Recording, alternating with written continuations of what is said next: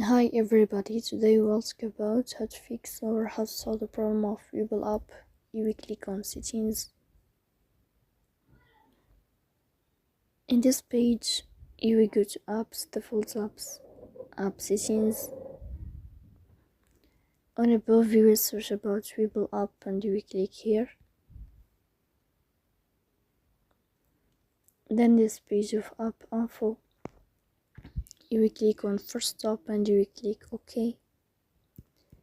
Here you will enter to the window of storage. Then we click on clear cache. But pay attention, don't click clear data because that can delete your account. In the end, you can turn off your phone and you can wait a moment to restart your phone again to fix that problem. So please don't forget to support us by like and subscribe. See you next time.